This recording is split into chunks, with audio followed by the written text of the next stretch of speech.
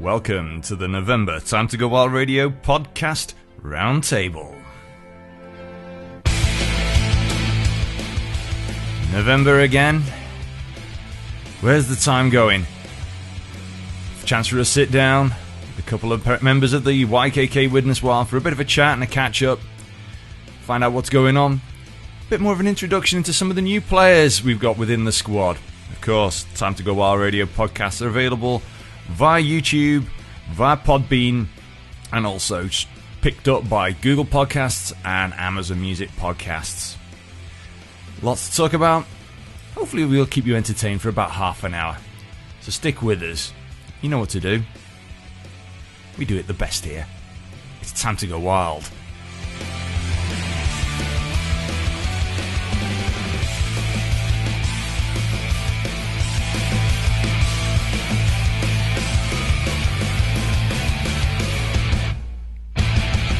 Welcome everyone.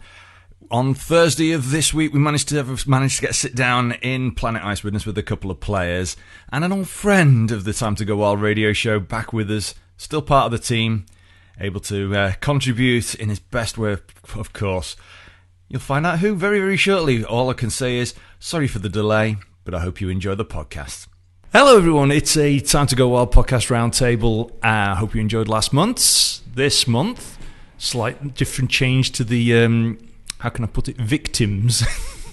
And I have an old friend from the Time to Go Wild radio show rejoining us at last, out of the gravel trap and into the ice rink. Andy Wycherley. Hi, Andy. Hi, mate. Yeah, finally back. What, 2 years? Yeah. Since we've done the radio show? 2 years, something like that? Something. It must be nearly. So it's took me that long to find out where you'd moved it to. It's good to have you back. But yeah, you're back in the sin bin again this year. Yeah, back in the sin bin. Back doing charity with Mr. Gilbert. And Halton Haven. And Halton Haven again. So it's all go for you? Yeah, it's like we've never been away. It's more going on now than it was when we were back pre-COVID. So. Yes. And saying that, we have two extra victims. We have Chris Wilcox. Oh, helps if you turn the mic up. Try again, Chris. Hello. And Tom Brierley. Hello. Well, we'll start with you, Chris, seeing that you've already got hold of the microphone. So, introduce yourself properly and give a little bit of a background to you as a player before you came to Widnes. Like blind date. Yeah. 34. Yeah, Chris Wilcox, a little bit of an update. Played in this league for quite a long time. Played in the elite league above. Been around quite a while, really. But most recently played with Hull Pirates for the past... 4 years, I think it was 3 or 4 years. I mean, having known the setup in Hull, I mean, getting a bit static there. It's not a bad rink, actually. It's a decent place. Yeah, shame we got left, and of course you probably would have gone back to the Pirates as probably one of your first choices. Yeah, I think it was obviously a shame for hockey in Hull, the way it changed, the way COVID hit, and it was unfortunate with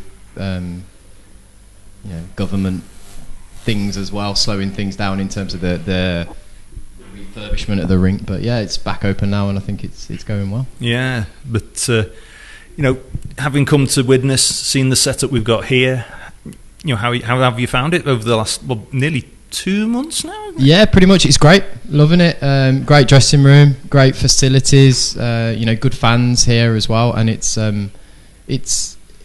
very similar to Hull in terms of setup. So we've got everything. We've got the rehab guys that are coming down to help boys out. There's a lot of them stuck in there at the minute. But yeah, great atmosphere as well. Great dressing room and great bunch of lads to be around. Most of them, anyway. Oh well, we'll come on to that question in a minute. We'll come over to Tom now. So Tom, what a little bit of your background in hockey? Yeah, so I'm another one of the lads come over from Hull way on. Obviously, a few of us this year. Previously, before Widnes played for the Jets. Prior to that, I actually had a little bit of time out of ice hockey, so signed back for the Jets, and then Richie obviously was coming over here and obviously invited me down for a skate, and it's just gone from there, really. So, I mean, yes, everyone seems to have fitted together. I mean, it's been a very new style of squad.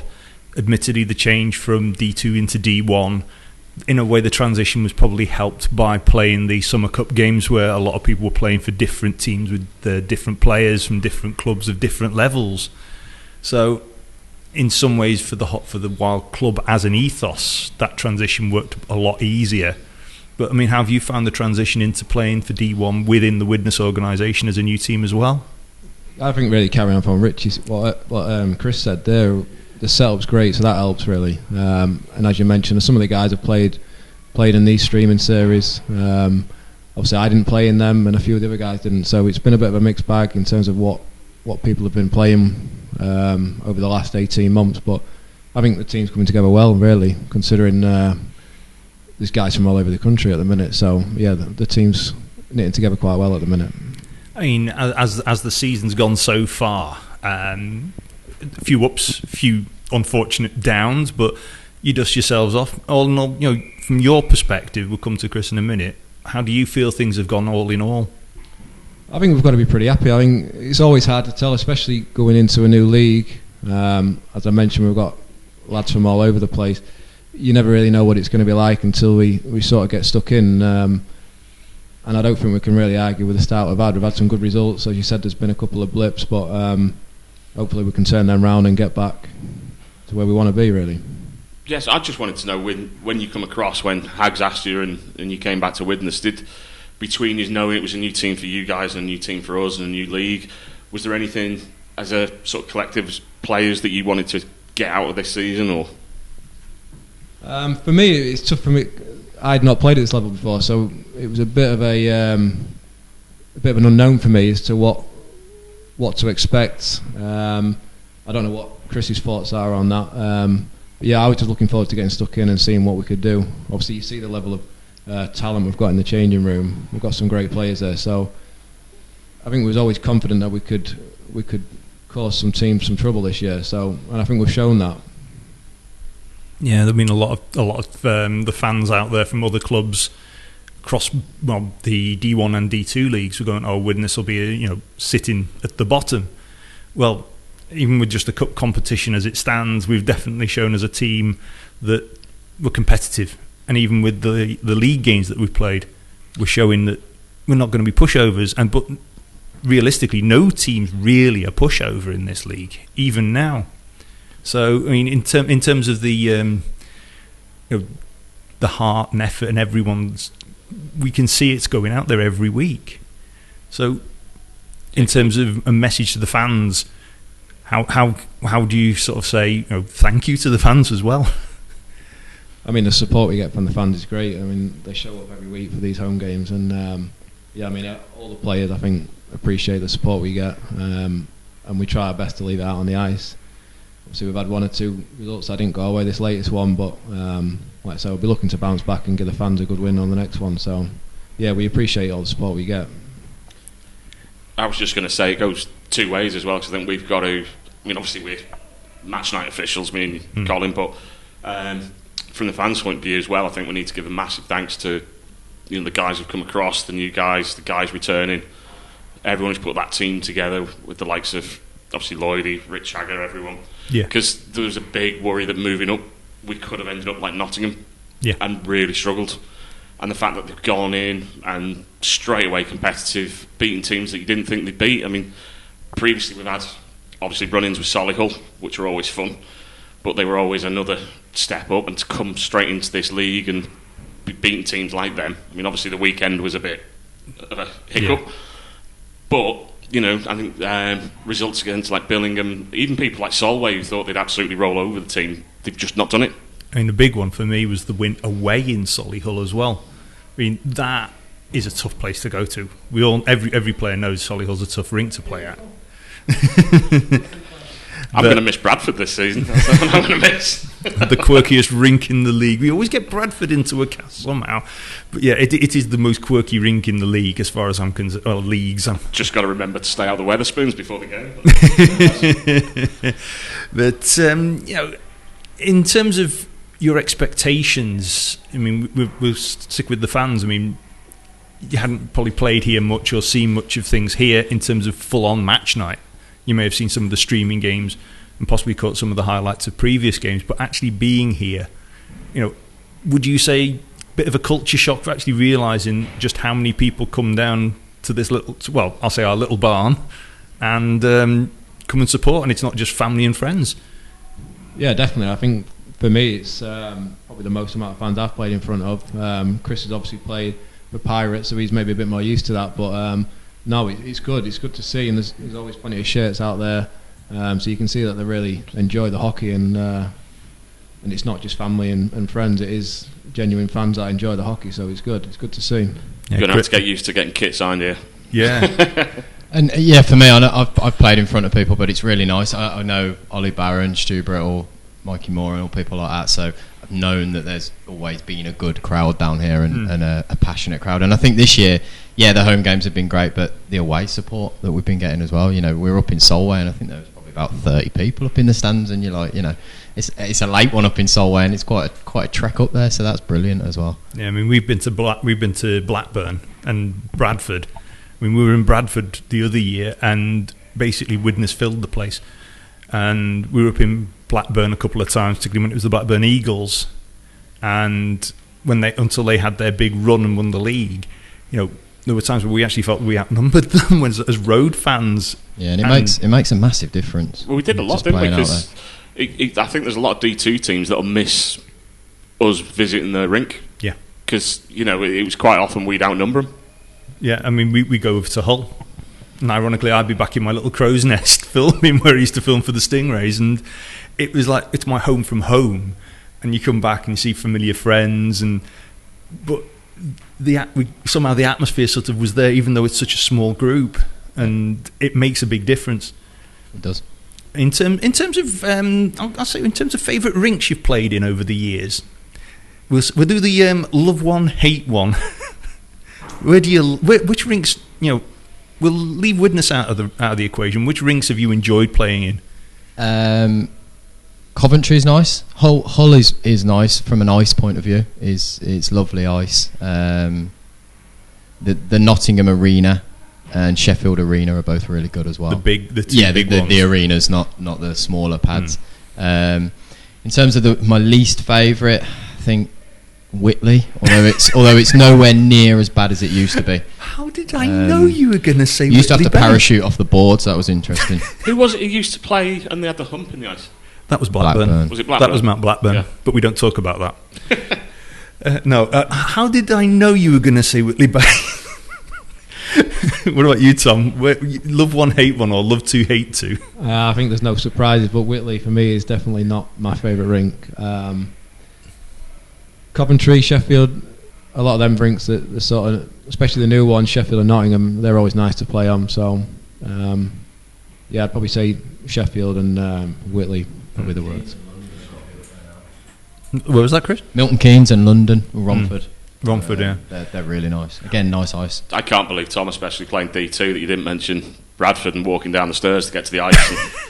Yeah, that's a bit of an experience as well, isn't it? Yeah. The funniest one for me, one of the funny memories from there, well, two actually, is seeing Matt Croyle in full goalie kit having to go up and down the stairs. It's a case of, and Matt's not one of the tallest guys. I mean, for a taller guy, it wouldn't be quite so bad, I suppose, but Matt's not one of the taller ones. I think the one with Bradford is because you spectate it above the bench. Yeah. And it's, should we say fragrant? Yes, it is. And the other one was the game we were there, and I think, there should be highlights online of that one, where the mist was rising during the game. So you were actually playing in fog. Oh, it was a bit like us the other season then. No.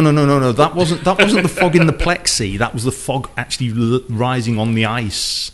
So it was actually like watching the game through fog, and I was actually filming it. And I was like, I can't believe it. Yeah, before you guys came, we had a big grand entrance, so we had the fog machine, yeah. So as they come on, all the smoke machines was going off and everything. And the first game we did it, literally we couldn't see anything for about 15 minutes. Yeah, but I was filming back then. There was me and Jeff up there he was taking photographs and I'm filming, and we just couldn't see a thing. But we got everything sorted in the end, and it all worked out for the best. But yeah, it's just crazy. I do miss that, man. In terms of, I'm going to ask a trivia one now, and it's one I do like asking. Tom's quickly got rid of Giving it that straight to me, hasn't he? Yeah. Well, but either of you, it's the crystal. You remember the crystal maze? And remember of the crystal maze? I do. Of course I do. Right. Now, it's one I do like asking. This one. You've got someone locked in. That's anyone off the squad. You got someone locked in. Who do you sacrifice a crystal for, and who don't you sacrifice a crystal for? I'd definitely sacrifice a crystal for Stubbs.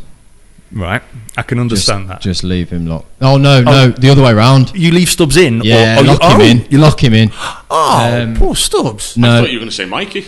We often buy coffees on the way over, a little coffee club on the way, and he's always first to dodge it. He's always going to the toilet and things like that. So, right. Ask Matt Lloyd about it. Okay, but so Stubbs gets locked in. Yeah, he's not the brightest cookie either. If it's numbers, he says he's all right, but he's not really. I do work for a bank, so if you want me to, he's an accountant. Oh, is he? But he's just not. Yeah, he says he's all right at numbers, but anything else. And then who would I keep?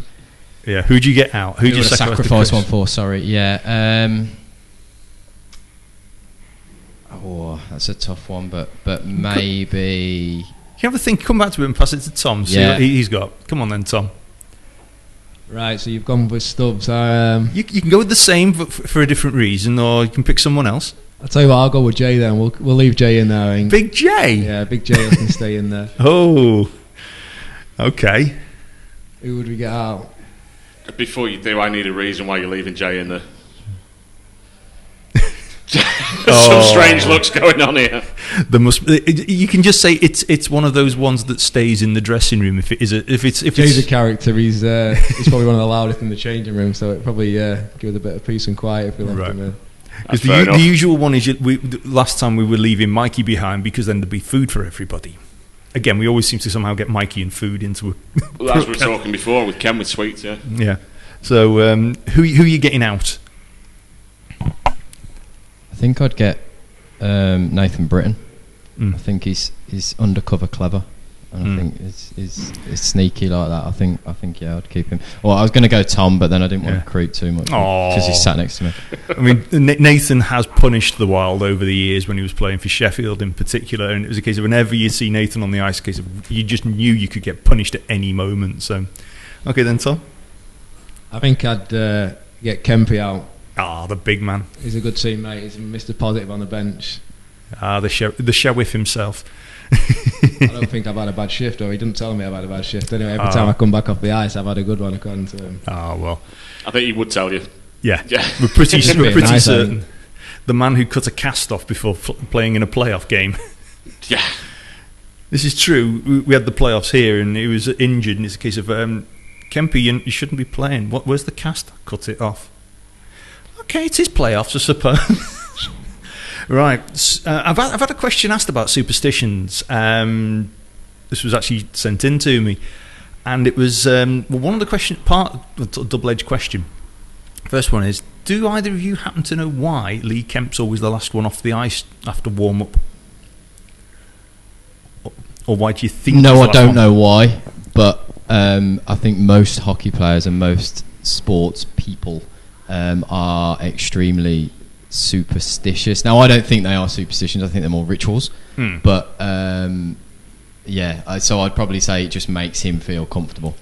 It's home ice. One of the home teams got to be last off. It may as well be me. Yeah, maybe. And it's just he might have done it before and it's worked or something. For those of you who've seen Slapshot 2, there's a certain ritual that happens in that film. I haven't seen that. I refuse to watch past Slapshot. Well, Slapshot is classic, I must admit. Yeah, he always used to have the argument with Ratcliffe as well, didn't he? Because Ratty was one for staying on the ice. Oh yeah, those two used to have fun. And then the ritual coming onto the ice as well for the terrible trio as well with the gloves. It just started getting silly. So, any other superstitions or rituals? It can be throughout your career. You don't have to name the player, but are there any particular rituals that you've come across? You've thought, I don't want to try and remember that one. I don't want to get stuck in that one. I've known a very good Canadian player who used to suck on a towel, like chew a towel, and it was disgusting. But he used to do it all the time between periods and things like that. He was very good as well. Was this one of the Canadians in Hull? No. Right. Those are two. No, it was down in Coventry. Oh, right, Yeah. right. I know. I remember some of the Canadians of the past and in Hull, and if it was one of them, I wouldn't have been surprised. I know which one. No, but I think most people have something, whether it's putting left side kit on first and then right side, or getting off the ice last, or having so many shots on a warm up or something. I think most people have stuff. Have you come across any, Tom? Any particular throughout your playing career, or do you have a particular ritual that you want to let everyone? I've not come across many crazy ones really, but I think as Chris mentioned, it's usually kit really. Most people like to put kit on in a certain way. I personally don't do that. I'm quite happy just to, it probably changes for me every night, but so there's no real superstitions from me. In some ways, I think that is almost your ritual, is the fact that you just don't have one, because possibly, I don't know. It's one of those things, isn't it? If I've been temping bowling, I have to do it a particular way, otherwise I know I'm going to have a bad shot. Or there's weird things we all do, and we just sometimes don't realise. I see a lot in the motor racing, to a point where there was one, say, gentleman, we'll call him, and he, again, it was kit. He had to put it on a certain way round. His helmet was the last thing to go on, and it was literally as he was coming out of the assembly area onto the circuit. And we had to stop him doing his little ritual when he actually drove out once and left his helmet. He didn't realise till he was on the grid. Oh dear. So I don't know how he got round a full lap to go to the grid without realising he didn't have his helmet, but he was sat ready to go. Oh dear. Right, another one. Have either of you two ever had a go at being a goaltender? No, I can't say I ever have. I'm going to say, why would you want to? No, not on the ice, or in roller. But I mean, I'd love to, because the kit's just so much better. It just looks good.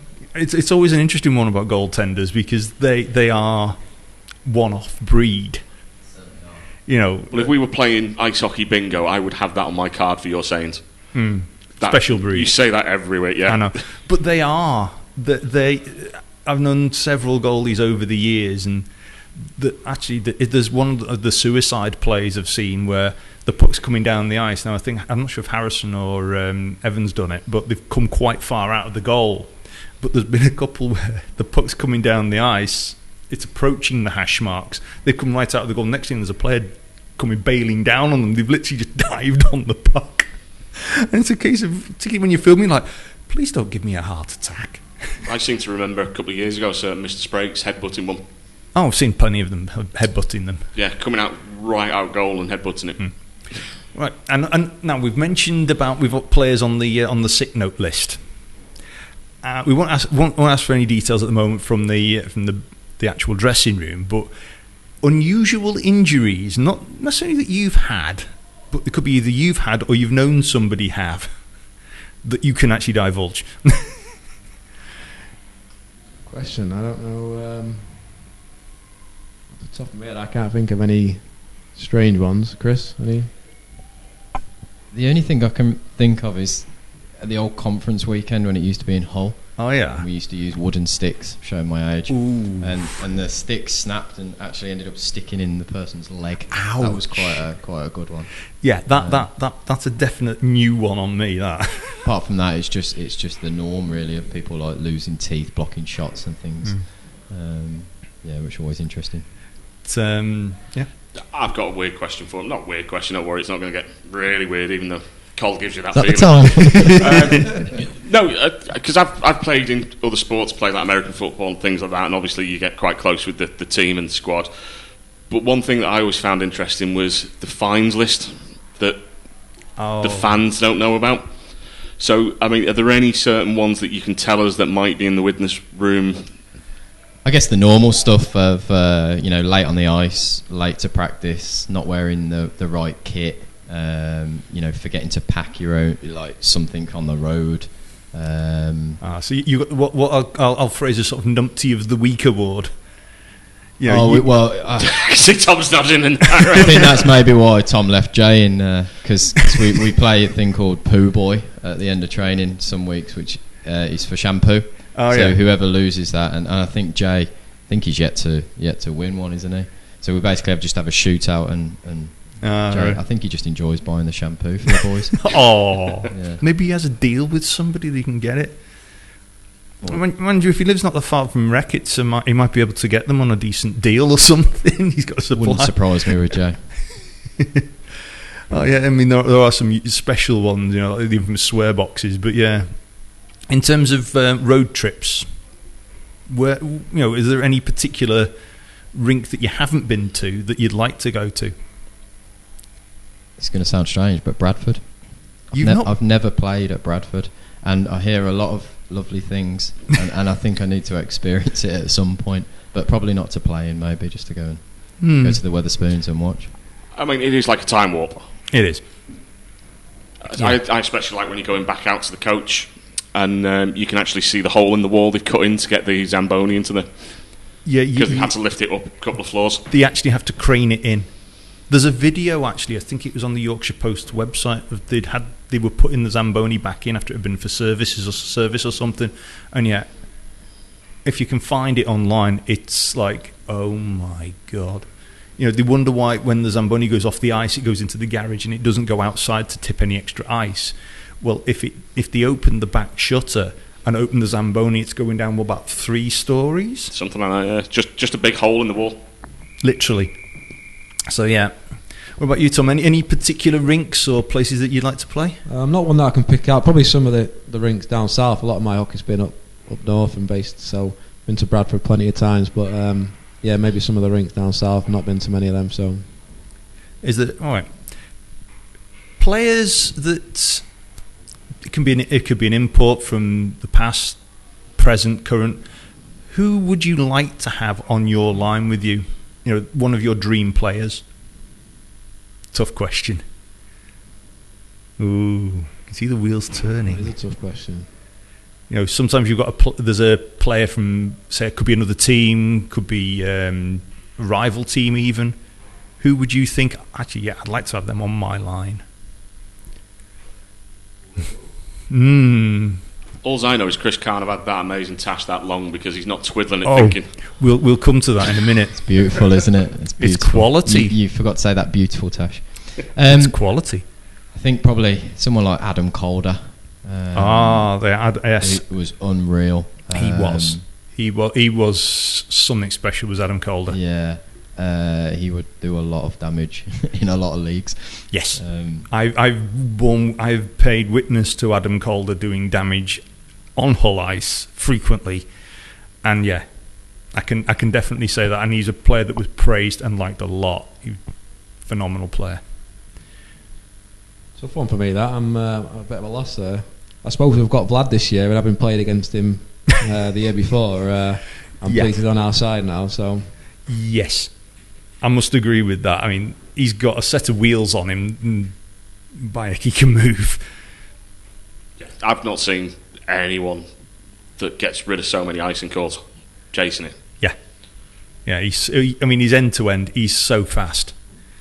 Mind you, saying that, there's a couple of the players on our squad who also was quick. I mean, even one player who's been picked out a lot is Liam Charnock. I mean, he's quick across the ice. But then again, sometimes you don't need the quick ones. You need the big guy.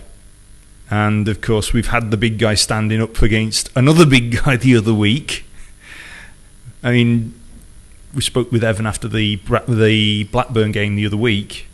And of course, we had the big little bust up.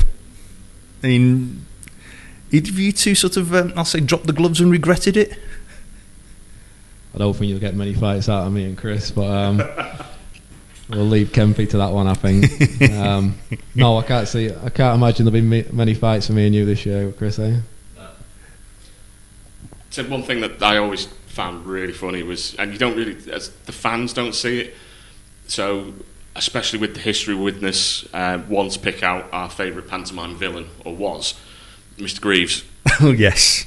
But even like the other week with Reese, yeah. Kearney Witter and Kempy, when they went at it, and it's that 30 seconds after, all the fans are still riled, and them two were absolutely howling in the box together. Yeah, they're like... Oh. That just always tickles me, that with players. Like, I'm busting for a sit down. I need a break. Sort of comment. I think it's a mutual respect thing, isn't it? That you're doing a job, yeah. And yeah, I'm glad there's people that will do that job because, like Tom says, I'm hopefully not going to need to. But it's yeah, I think it's just a respect thing between people. Actually, there was one of the penalties for Solihull in the last game, and nothing malicious. He just fell. I don't know who it was who he hit, but he just fell on top of someone, and they couldn't get up. And he comes over into the box. He's fuming, and I just looked at him. I said, "That just looked like the dry humping scene off the Goon." And he just looked at me with horror and just said, "It wasn't that bad, was it?" Yeah. Well, just to sort of start rounding things off a little bit. Looking forward to the next couple of weekends. One of your favourite rinks on this coming weekend. I know how much you're loving it, the prospect. But how do you think things are going to? Anything in particular looking forward to in the games for the next couple of weekends, or is it just one game at a time? Yeah, it's one game at a time. I think big bounce back weekend, couple of weekends. As Tom alluded to earlier, I don't think there's much wrong. It's little things that have amounted to, bad games. Teams are going to have bad games. We haven't been together that long, so I think last weekend we had not a very good game in Sheffield again, mostly because of our own doing, and then we bounced back in Solihull. That was great. This weekend, unfortunately, it was the Sunday, so we haven't had that chance to do it. But we've got a great core in there, a great team in there, and I think we will respond in the right way. Whether or not the result goes our way or not is a different story, but how we bounce back is vitally important. Even we said before, the scoreline was not reflective of that game last week. No. And it's almost, does it matter? If you lose, you lose. Whether it's, of course it matters. I hate it, and my wife doesn't like me I don't like anybody for a little while, but actually it's like, just brush it off, it's done, move on. But I think that the positive thing is that a lot of those mistakes have been ours. We haven't been outplayed. We've had good grade A scoring chances, and it's just been slight lapses and the old hockey gods. Yeah. I mean, there was some chances at the weekend. Just dare I say it, for those people who know the term, a Rizzler.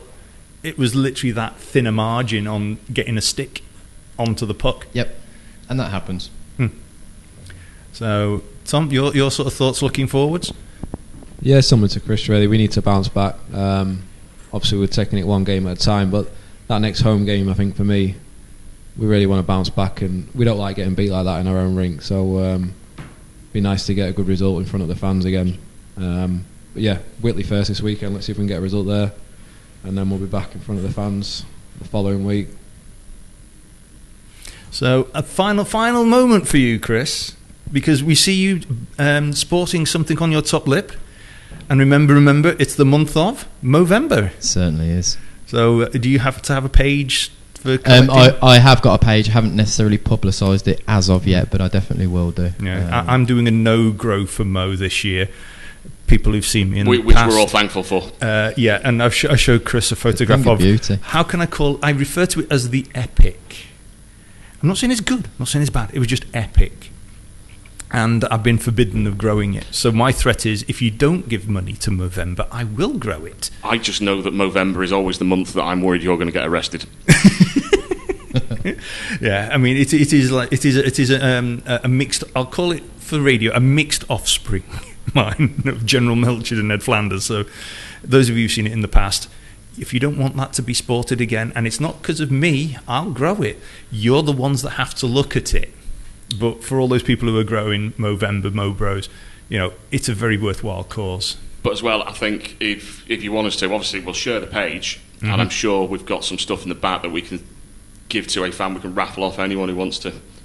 That'd be awesome. Give you a sponsor. Yeah, that would be awesome, because it's something that is close to me, and the reason that I do it. So yes, it's silly and it raises, but I think the bigger thing is that it does raise that awareness and definitely helps people. Yeah, the number of people when I've done it, they sort of look at you and you just go, "It's Movember," and you go, "Ah." I like the inadvertent nods that you get from other people growing an equally ridiculous moustache. Yes, it was like me and Twitter Bex, as we have to call her. We did a glass walk a few weeks ago for Holton Haven, and after we did it, in all honesty, once we posted it, it was all other Wild fans who were donating for it.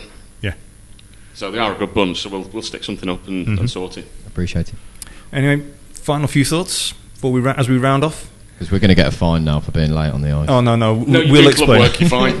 No, you're doing a job. You're doing a perfectly good Plus, job. you were here when I expect it. manager wasn't. We shall personally vouch for you. So, Tom, Chris, thank you so much for joining us. Andy, been a pleasure as always. Nice to be back, mate. And hopefully we'll have another roundtable probably beginning to middle of December. In the meantime, we'll have more Time to Go Wild radio podcasts with your little weekly roundup Monday, Tuesday nights after games. So, from the roundtable, from everyone, thank you.